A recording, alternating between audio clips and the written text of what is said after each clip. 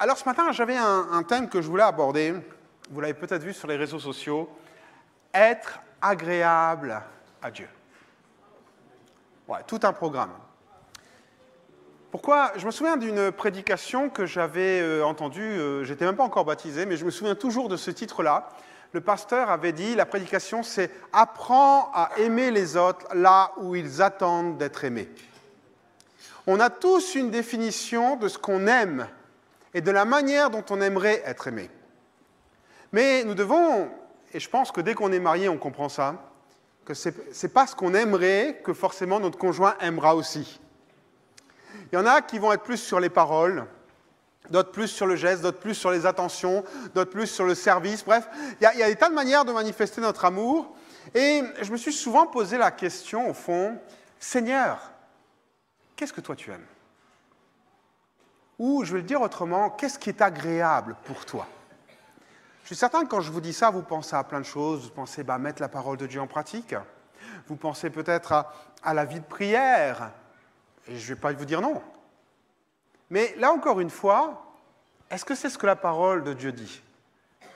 Est-ce que vraiment c'est tout ce que Dieu désire et il le met et dit, voilà, où est-ce qu'il y a autre chose? On va plonger un petit peu ensemble dans tout ça. Vous êtes d'accord? La première chose qu'on va lire, c'est 1 Jean 3, verset 22. La première épître de Jean, chapitre 3, verset 22. Et à la fin de ces moments, ce que j'aimerais, c'est que chacun d'entre nous, on sache ce que c'est que d'être agréable à Dieu. Alors, l'apôtre Jean dit ceci. « Quoi que ce soit que nous demandions, nous le recevons de lui. » Ok? Parce que nous gardons ses commandements et que nous faisons ce qui lui est agréable. Donc là, la première chose que je remarque en lisant ce passage, c'est que une des réponses à nos prières, entre parenthèses, est basée sur notre consécration, donc le fait de mettre en pratique sa parole, mais c'est aussi basé sur le fait d'être agréable. Comme si l'apôtre Jean nous dit, il y a vivre la parole de Dieu, mais il y a aussi autre chose, il y a ça, mais il y a ça, être agréable à Dieu. Et tout compte fait, il le différencie de la notion d'obéir à la parole de Dieu. Alors là, ça nous interpelle encore plus. Il y a quoi? Il y a plus qu'obéir à la parole de Dieu? Et Jean nous dit oui, être agréable à Dieu. Le mot agréable, c'est arestos, et je vais prendre ce matin pratiquement que des versets qui sont liés avec ce mot. D'accord? Soit c'est le verbe être agréable, être plaisant, ou bien agréable, ou encore d'autres manières, d'autres mots qui sont là, mais qui sont dérivés. Agréable, ça veut dire quoi? Ça procure un certain plaisir, un sentiment de satisfaction. En gros, c'est comme si Dieu disait, voilà, c'est comme si je me tournais vers Dieu, Seigneur, en quoi ma vie te fait plaisir? En quoi ce que je fais jour après jour, lorsque je me lève le matin, te fait plaisir? Qu'est-ce que tu aimes en moi? Waouh! Alors vous êtes attentifs. Et la première chose que j'aimerais vous dire, c'est qu'en effet, si la parole de Dieu nous dit il faut garder ses commandements et être agréable à Dieu, donc ça signifie que, comme je vous l'ai dit, que les commandements, c'est une chose, la parole de Dieu, c'est une chose, mais que ce qui est agréable, c'est ce qui n'est pas écrit. Je le répète, ce qui est agréable, c'est ce qui n'est pas écrit. Ce qui est agréable, c'est l'élan du cœur qui va se manifester lorsqu'on va commencer à marcher dans notre vie chrétienne. Et ce n'est pas écrit. Vous allez comprendre tout de suite. Allons dans l'évangile de Matthieu, chapitre 5, verset 20. On voit dans l'évangile de Matthieu, donc on est ici dans ce qu'on appelle le sermon sur la montagne. Jésus fait tout un enseignement. Et il a une expression, donc il arrive, il dit ceci, pour commencer. Évangile de Matthieu, chapitre 5, verset 20. Il dit, « Car je vous le dis, si votre justice ne surpasse, donc ne passe pas au-dessus de celle des scribes et des pharisiens, vous n'entrerez pas dans le royaume des cieux. » Qui sont les scribes et les pharisiens si ce n'est des gens qui respectent la loi, la parole de Dieu à la lettre? Et même, ils sont parfois exagérés dans ce qu'ils font. D'accord? Et Jésus va leur reprocher. Et Jésus est occupé de dire, et on retombe la même notion que ce qu'on a lu dans 1 Jean 3, 22. Il dit, voilà, il y a la loi, il y a la parole de Dieu, il y a la mise en pratique de Dieu, mais vous surpassez ça. Ça ne veut pas dire qu'on ne doit pas mettre en pratique la parole. On doit la mettre en pratique, mais on doit encore aller plus loin. On doit passer au-dessus. Et là, on a envie de dire, mais Seigneur, mais comment on peut passer au-dessus encore? Comment on peut aller plus loin que ce qui est écrit? Qu'est-ce qu'on peut faire de plus qu'aller au-dessus de ce qui est écrit? Comment peut-on aller au-delà de ce qui est demandé? Et là, Jésus, ce qui est formidable, c'est que si Jésus dit ça, forcément, il met l'application après. Et Jésus va nous donner l'application. Et vous remarquerez, dans le reste du chapitre 5, des versets 21 à 47, il y a une expression qui vient 5 fois. 6 fois. Il dit ceci, « Vous avez appris ». 6 fois, il va le dire. Et 6 fois, il va dire, « Mais moi, je vous dis ». Vous avez appris, soit par des enseignements, soit par la parole de Dieu, certaines choses, mais moi, je vous dis, allez plus loin que ce qui est là. Et on va voir la manière dont Jésus enseigne ses disciples et les gens qui vont l'écouter. Comprenez ça. Verset 21. « Vous avez appris qu'il a été dit à nos ancêtres, tu ne commettras pas de meurtre. Si quelqu'un a commis un meurtre, il en répondra devant un tribunal. » Ok, c'est un commandement. Tu ne tueras point, tu ne commettras pas de meurtre. Et voilà ce que dit Jésus, verset 22. « Eh bien, moi je vous le dis, celui qui se met en colère contre son frère sera traduit en justice. Celui qui dit imbécile passera devant un tribunal. Celui qui le traite de fou est bon pour le feu de l'enfer. » Il y a ce qu'on a dit, ce qui est marqué dans la parole de Dieu, tu ne commettras pas de meurtre. Et Jésus dit, mais non, ça c'est bien, ok, mettez-le en pratique. Mais moi je vous invite à aller encore plus loin, dans vos propos. Parce que vos propos peuvent aussi tuer. Et là on s'aperçoit, Seigneur, mais attends, waouh. Il y a ce que tu nous demandes, et il y a l'endroit où tu veux nous emmener. Vous comprenez un peu la nuance là maintenant? Ça, c'est concernant le meurtre. Verset 27, il continue à l'adultère. Vous avez appris qu'il a été dit, tu ne commettras pas d'adultère. Encore un commandement. Mais il dit ceci, verset 28, eh bien moi je vous le dis, si quelqu'un jette sur une femme un regard chargé de désir, il a déjà commis un adultère avec elle dans son cœur. Jésus va plus loin. Vous savez, ok, l'adultère, et on voit un acte physique. Mais Jésus dit non, ce n'est pas un acte physique, ça commence déjà ici dans ton cœur. Si tu as des mauvaises intentions, un mauvais regard envers une personne du sexe opposé, alors tu es déjà en adultère. Vous voyez ce que je veux dire? Surpasse, va plus loin. Il y a les commandements et il y a ce qui est agréable à Dieu. On continue. Le couple, verset 31. Il a aussi été dit, si quelqu'un divorce avec sa femme, il doit lui signifier par une déclaration écrite. En effet, c'est ce que Moïse fait lorsque le peuple lui demande, et il dit, voilà, vous pouvez écrire une lettre de divorce, entre guillemets. Et là, au verset 32, donc tout de suite après, Jésus dira, eh bien moi, je vous le dis, celui qui divorce avec sa femme sauf en cas d'immoralité sexuelle l'expose à devenir adultère. Et celui qui épouse une femme divorcée commet lui-même un adultère. Il dit, en réalité, ta situation ne change pas. Je vais traduire un peu plus la pensée de Jésus. Travaille ton couple. Travaille ton couple. Et reste marié. Nos engagements. Verset 33. Vous avez encore appris qu'il a été dit à nos ancêtres, tu rompras pas ton serment. Ce que tu as promis avec serment devant Dieu, tu l'accompliras. Ok? Et verset 34, il dit, eh bien moi je vous le dis, de ne pas faire de serment du tout. Ne dites pas, je le jure par le ciel, car le ciel, c'est le trône de Dieu. En gros, ce que Jésus est occupé de leur dire, sois une personne de parole. Tu n'as pas besoin de rajouter des phrases, tu n'as pas besoin de rajouter des formules derrière. Tu n'as pas besoin de dire, oh, au nom d'Éternel, avec ceci, cela. Non! Sois une personne de parole. Ferme dans tes engagements. En réalité, on s'aperçoit donc que, je dis, Jésus reprend tout, soit des enseignements, parce qu'il y a des choses qui ne sont pas dans l'Ancien Testament, soit ce qui est dans l'Ancien Testament, et dit, vous avez appris ça, c'est bien, mettez-le en pratique. Mais allez plus loin. Le mettre en pratique, c'est faire ses commandements. Aller plus loin, c'est être agréable à Dieu. Vous me suivez? Si vous n'êtes pas encore sorti, c'est déjà bien. Continuons. Verset 38. Vous avez appris qu'il a été dit œil pour œil, dent pour dent. Eh bien, moi, je vous le dis, ne résistez pas à celui qui vous veut du mal. Au contraire, si quelqu'un te gifle sur la joue droite, tends lui aussi l'autre joue. Bon, ça, c'est compliqué. Hein? Je vais passer celui-là, d'accord?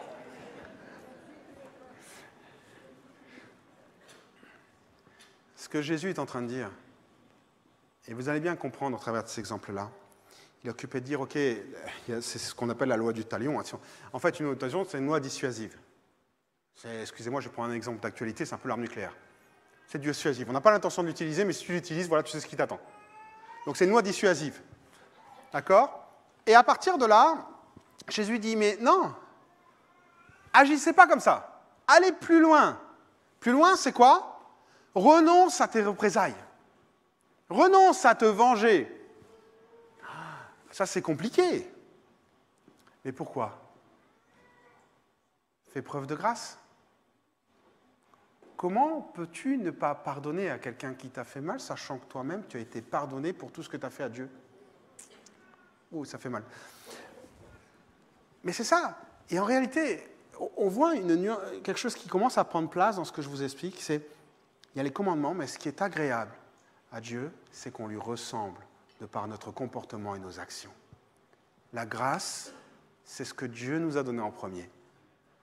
Nous sommes invités à vivre et à communiquer cette grâce autour de nous. Ça ne veut pas dire, vous savez, c'est surprenant parce que je pense que beaucoup, des fois j'entends des choses dans, voilà, si on te frappe sur la joue droite, dans la joue gauche, mais on ne dit pas ce qu'il faut faire après, donc tu peux te... Ben, c'est qu'on n'a pas compris le sens du verset, tout compte fait. C'est qu'on n'a pas compris le sens de l'enseignement de Jésus. Il n'y a pas d'après. Quand Jésus dit ça, il dit simplement « fais grâce à l'autre ». Ça ne veut pas dire « ne fais rien hein ». Souvenez-vous, lorsque Jésus s'est fait gifler par le Sanhédrin, c'est-à-dire le responsable, enfin le tribunal religieux avant d'être crucifié, il n'est pas resté là passif. Hein. Il a fait une remontrance à celui qui lui a fait. Il n'a pas non plus tendu le... Vas-y.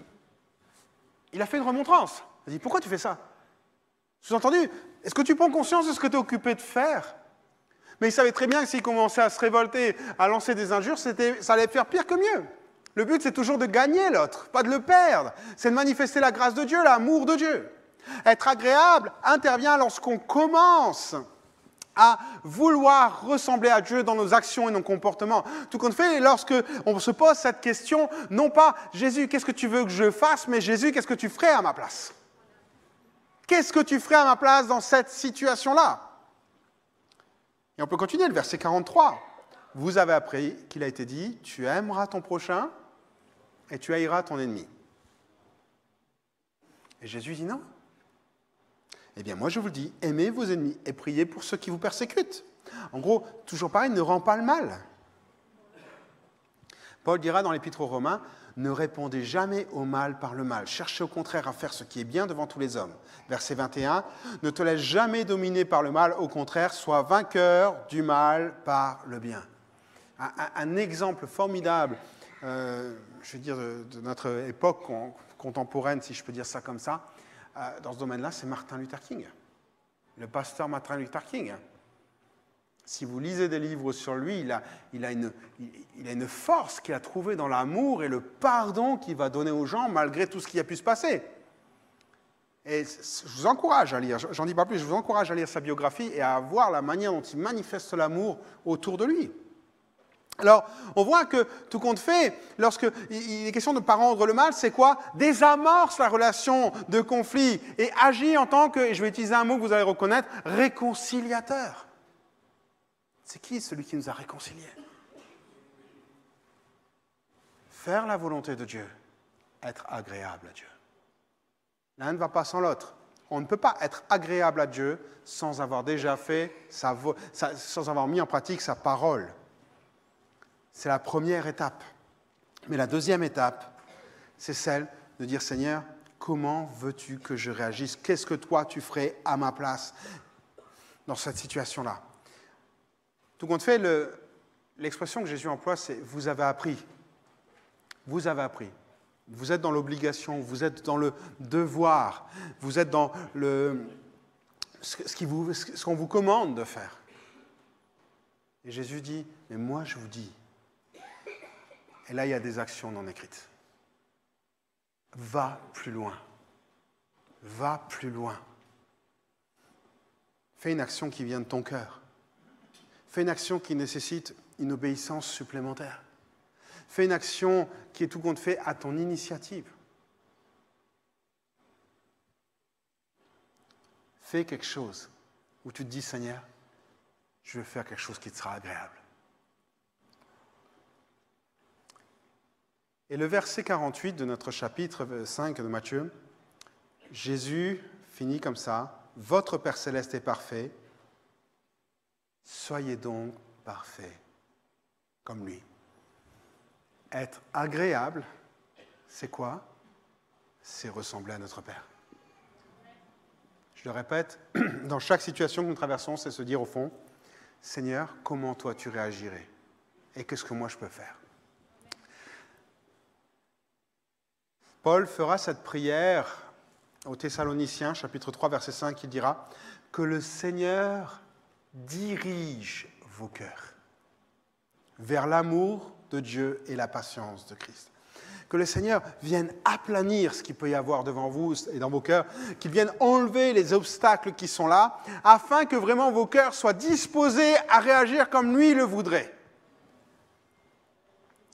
Seigneur, viens diriger mon cœur ce matin, demain, quand ce sera plus compliqué, parce que je peux vous assurer que si vous décidez ce matin de dire « Seigneur, je veux être agréable », vous allez être éprouvé demain. Et encore, je dis ça, j'ai peur que ce soit déjà aujourd'hui. Regardons encore quelque chose d'autre. Une autre notion. On a compris donc qu'il y a la parole de Dieu et il y a être agréable. Agréable, c'est vraiment agir comme Dieu voudrait agir. Et pour ça, ça nécessite qu'on prie, qu'on demande vraiment au Seigneur de venir travailler notre cœur. Prenons un exemple d'une personne qui est agréable à Dieu. Est-ce que vous voyez de qui je pense? Ça commence par H-E, ça finit par Noc. Vous avez trouvé? Hébreux 11, versets 5 à 6. Qu'est-ce qu'il est dit sur Enoch? C'est par la foi qu'Enoch fut enlevé et qu'il ne vit point la mort, et qu'il parut plus parce que Dieu l'avait enlevé. Car ayant son enlèvement, il avait rendu témoignage qu'il était agréable à Dieu. Vous savez, on peut être agréable à soi-même, on peut être agréable aux hommes, on peut être agréable à Dieu. Verset 6, « Or, sans la foi, il est impossible de lui être... » C'est toujours le même mot, hein? C'est le même mot qu'on avait au début. Car il faut que celui qui s'approche de Dieu croit que Dieu existe et qu'il est le rémunérateur de ceux qui le cherchent. Rémunérateur, en gros, c'est que Dieu récompense ceux qui le cherchent de tout leur cœur, dira la version parole vivante. Que Dieu récompense ceux qui le cherchent de tout leur cœur. Qu'est-ce que c'est que chercher Dieu de tout son cœur? Aujourd'hui, on doit prendre conscience que lorsqu'on fait certaines choses, Dieu le voit. Et il y a des choses qui vont nous coûter. Il y a des choses qui vont être compliquées. Et lorsqu'on va les faire, frères et sœurs, elles ne sont pas forcément marquées sous forme de commandement dans la parole de Dieu, mais il y a des choses où on va dire, Seigneur, je te donne vraiment cette partie de ma vie. Et Dieu le voit. Et Dieu dit, en échange, puisque tu cherches à être agréable, eh bien, je vais t'accompagner, je vais te bénir et je vais marcher à tes côtés. Regardons nos trois choses. Croire que Dieu récompense nos efforts. Lorsque nous renonçons à ce qui nous gêne dans notre progression avec Dieu. 2 Timothée 2,4. Il n'est pas de soldat qui s'embarrasse des affaires de la vie s'il veut plaire, c'est le même mot, à celui qui l'a enrôlé. En gros, ce que Paul dit à Timothée, c'est que si tu veux plaire à Dieu, dans ton service, dans ton engagement, dans ce que tu fais, et qu'il y a des choses qui te gênent, là on prend l'exemple du soldat qui a un pactage qui est peut-être trop grand, s'il y a des choses qui te gênent, tu as deux solutions, soit tu n'avances plus et tu ne peux pas servir Dieu, soit tu renonces à ces choses-là qui t'empêchent de servir Dieu. Et si tu renonces à ce qui te gêne dans ta progression, dans ton service, dans ton engagement, ça plaît à Dieu. Parce que tu as mis en priorité sa volonté, le royaume de Dieu. Croire que Dieu récompense nos efforts. Croire que lorsque tu es là et tu vois qu'il y a des choses dans ta vie que tu dois mettre de côté, ce n'est pas des péchés forcément Je ne parle même pas de ça. Je parle des fois simplement de choses qui nous prennent trop de temps, des choses qui nous accaparent, des choses qui nous détournent de la volonté de Dieu. Et tu es simplement là et tu dis, Seigneur, je vais y renoncer. Parce que je vais être un serviteur, une servante qui te plaît à toi. Alors tout ce qui me gêne, tout ce qui est trop lourd, je le mets de côté. Et j'avance avec toi. Croire que Dieu récompense nos efforts lorsque nous travaillons sur nos désirs. Romains 8, verset 8. Or, ceux qui vivent selon la chair ne sauraient plaire à Dieu. Ceux qui vivent selon leurs désirs. C'est-à-dire qu'on a tous au fond de nous-mêmes des choses qu'on aime, des attitudes qu'on a, des réactions. Bref, on a tous un caractère qui a été forgé avec notre expérience, qui est différent. Et des fois, qui peut nous entraîner un petit peu loin, et loin de la volonté de Dieu, entre guillemets. Et lorsque on commence à se dire, Seigneur, je veux renoncer à ce trait de caractère. Je veux avancer là-dedans. Lorsqu'il y a ce moment où on fait cet effort, de dire, Seigneur, c'est fini ça. Aide-moi, viens travailler au fond de mon cœur. Aide-moi dans ma vie de tous les jours. Parce que je ne veux plus que ce soit moi qui soit conduit, je veux que ce soit toi. Vous aimez bien dormir longtemps le matin. Tu vous dites, non, je vais me lever un peu plus tôt parce que je vais passer plus de temps avec toi. Hein? Vous renoncez à quelque chose qui est là. Vous aimez certaines choses et vous dites, je vais travailler sur mes désirs. Pourquoi? Car si on vit selon la chair, si on vit selon nos pensées, nos désirs, on ne peut pas plaire à Dieu. Mais à chaque fois que vous renoncez à quelque chose, Dieu le voit. Et comme on l'a vu dans le premier verset, il récompense, il est le rémunérateur. Ce qui veut dire qu'il le voit et quand il voit nos efforts, il dit wow, « c'est bien ce que tu as fait là. C'est vraiment bien ce que tu as fait là. Je vois les efforts que tu as fait. Je sais mieux que personne ce que ça t'a coûté. En temps, en caractère, ou en volonté, ou tout ce que tu veux. Et je vais te récompenser. »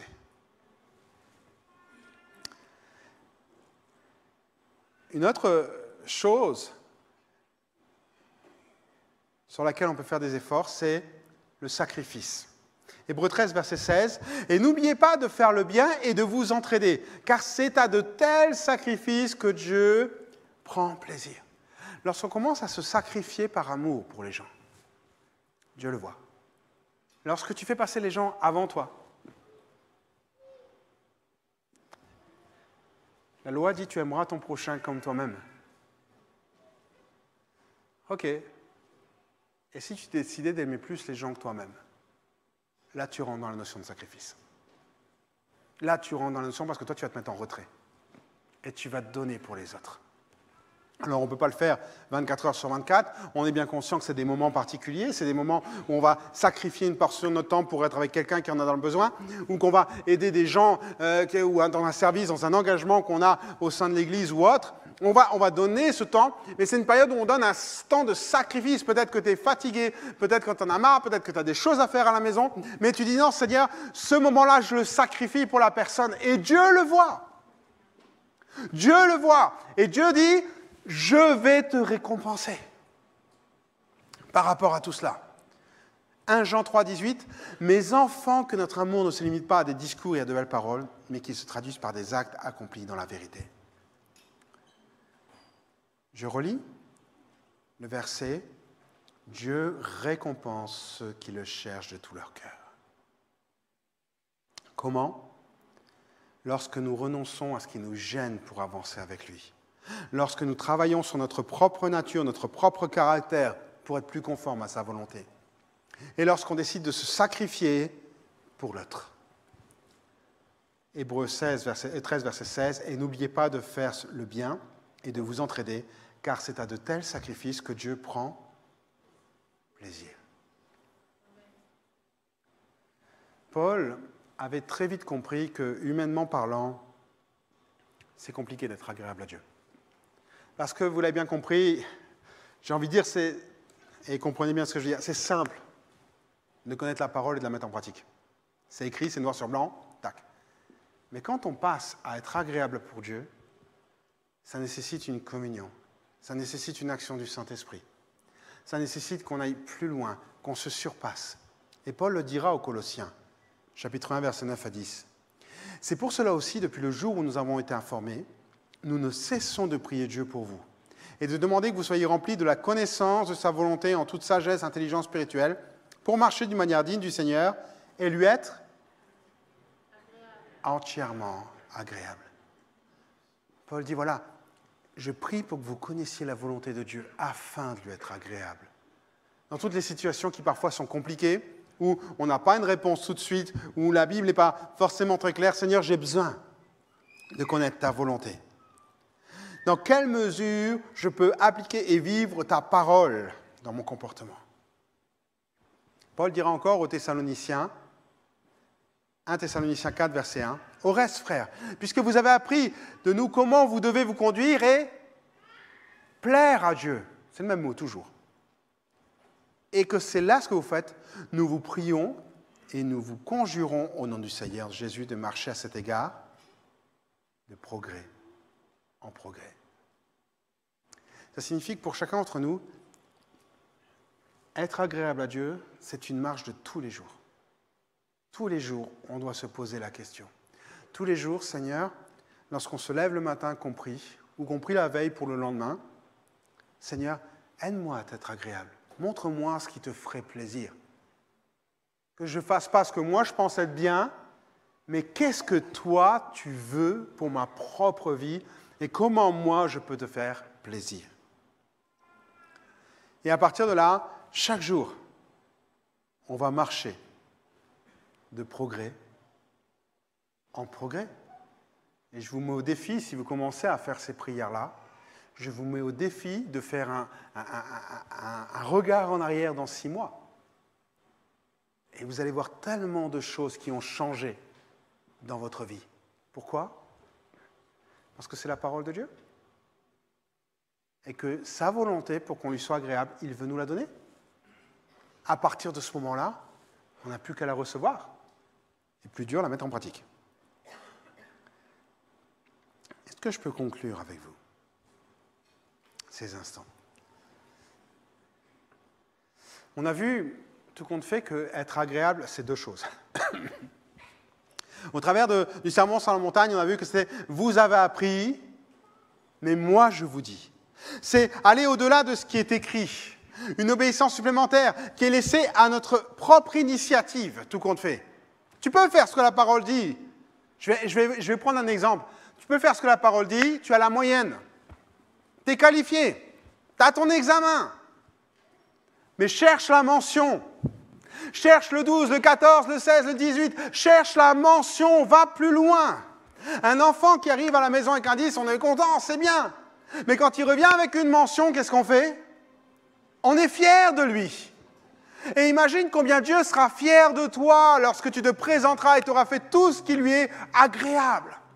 Tu auras travaillé sur toi, tu auras fait des sacrifices, tu auras enlevé ce qui te gênait dans ta progression. Tu auras travaillé sur ton caractère, sur ta chair. Tu auras fait des sacrifices pour les autres. En réalité, tu auras cherché à ressembler à ton Père. Soyez parfaits comme notre Père est parfait. Quel merveilleux exemple, quelle merveilleuse preuve d'amour que de dire Seigneur, je veux que ma vie te ressemble. Parce que c'est le plus beau témoignage qu'on peut avoir. Alors oui, Dieu voit notre marche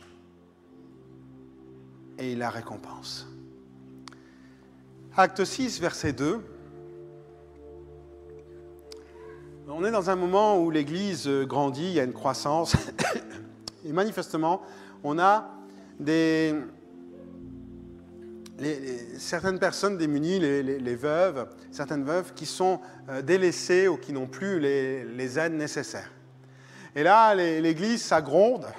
Et on vient voir les 12, les apôtres, et on leur dit « Oh, mais vous faites quoi là? Comment ça se fait que certaines veuves n'ont plus à manger et tout? Il faudrait que vous bougiez, vous vous réveillez, quoi. » En gros, c'est ça. Et là, les 12, ils vont faire quelque chose qui est assez intéressant. Ils convoquent la multitude des disciples et ils disent « Il n'est pas convenable. » Vous savez ce que c'est que le mot « convenable » ici? C'est le même mot qu'on voit depuis tout à l'heure. Agréable. C'est arestos. il n'est pas convenable que nous laissions la parole de Dieu pour servir aux tables. Tout compte fait, convenable, agréable, on pourrait penser que c'est juste des émotions, mais convenable, ça fait aussi appel à notre réflexion. Ça fait appel à notre analyse des situations. C'est ce moment où on peut se dire, Seigneur, je suis en face de quelque chose, je me tiens devant toi, je réfléchis, je prie, mais tu m'as donné un cerveau et je veux analyser avec ta grâce, avec ta direction, avec ton Saint-Esprit ce que je dois faire dans cette situation. Et pour eux, il était clair, ils devaient se concentrer sur une chose. Et vous savez ce qui est marrant ?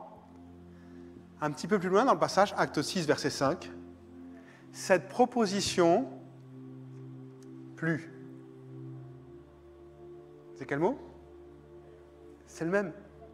Cette proposition était agréable pour tout le monde, tout compte fait. La proposition de nommer des personnes qui allaient remplir cette fonction. Cette proposition plut à toute l'assemblée.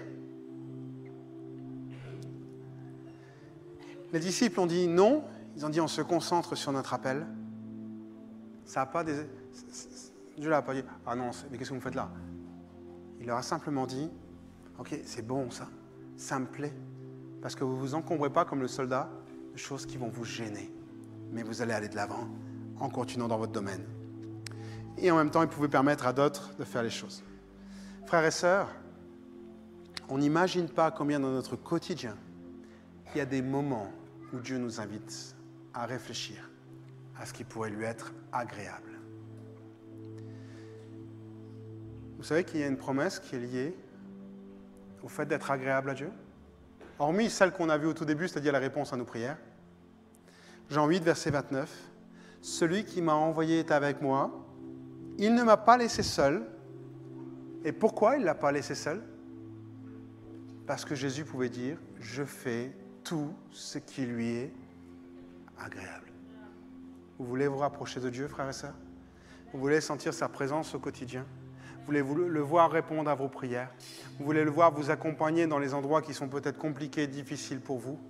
Vous voulez voir des choses extraordinaires prendre place. Alors je vous invite, surpassez les scribes et les pharisiens. Renoncez à certaines choses, croyant que Dieu va vous récompenser. Est-ce qu'on peut, ce matin, courber nos fronts quelques instants ?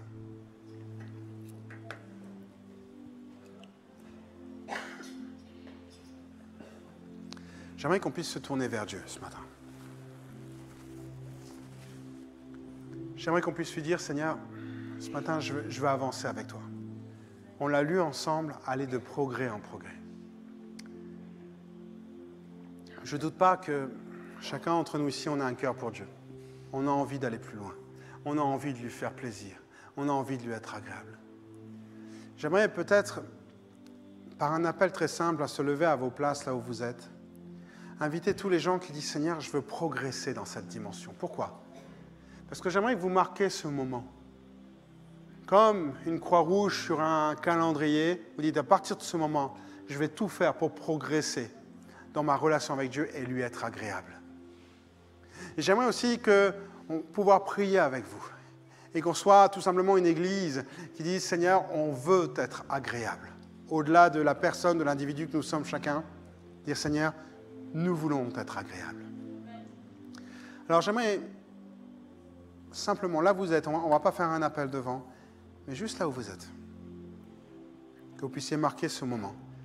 Et tous ceux qui désirent progresser dans cette dimension-là, progresser et aller encore plus loin dans cette notion d'être agréable, je vous invite simplement là où vous êtes, à votre place, à vous lever. Et on va commencer à prier dans quelques instants. Là où vous êtes, tous ceux qui sont là et qui se disent « Seigneur, je veux aller plus loin. » Obéir à ta parole, c'est bien et je suis certain qu'on s'évertue tous à le faire. Mais on veut être agréable. Alors Seigneur, ce matin, je vais faire une prière toute simple. Et après, j'aimerais qu'on prie ensemble. Puisque tout compte fait, j'ai envie de dire, la majorité de l'Église est debout. J'ai envie de dire que ce soit la prière aussi d'une Église. Seigneur, tu vois nos cœurs ce matin. Tu vois nos cœurs, Seigneur. On ne se sent pas arriver au bout. On a tellement besoin de toi. Nous désirons tous ici te ressembler. Nous désirons tous avancer avec toi. Alors je prie, Seigneur, pour les situations que nous avons rencontrées en sortant de ce lieu de culte. Demain, la semaine prochaine, je prie pour que tu nous donnes ta volonté, que tu nous révèles ta volonté, que nous puissions, dans ces moments-là, peut-être avoir ton Saint-Esprit qui nous rappelle, souviens-toi de dimanche, je vais te montrer ce qui est agréable. Je vais te montrer ce qui est agréable. Et que nous puissions chacun pour notre part entendre et être à l'écoute de ta voix. Je prie pour que tu nous la révèles. Je prie peut-être pour que lorsque le matin, quand on va se lever, tu nous révèles déjà ce que toi tu attends de nous dans la journée par rapport à une situation. Peut-être qu'on ne va pas le comprendre sur le moment, mais on va avoir un verset qui va nous parler. Et quand on sera en face de cette situation, on sait que c'est ce verset-là qu'on devra mettre en pratique. Seigneur, viens nous révéler ta volonté parce que nous voulons surpasser l'enseignement des scribes et des pharisiens. Nous voulons l'élan de cœur. Nous voulons la conduite du Saint-Esprit. Nous voulons te ressembler. Nous voulons être agréables. Alors révèle ta volonté.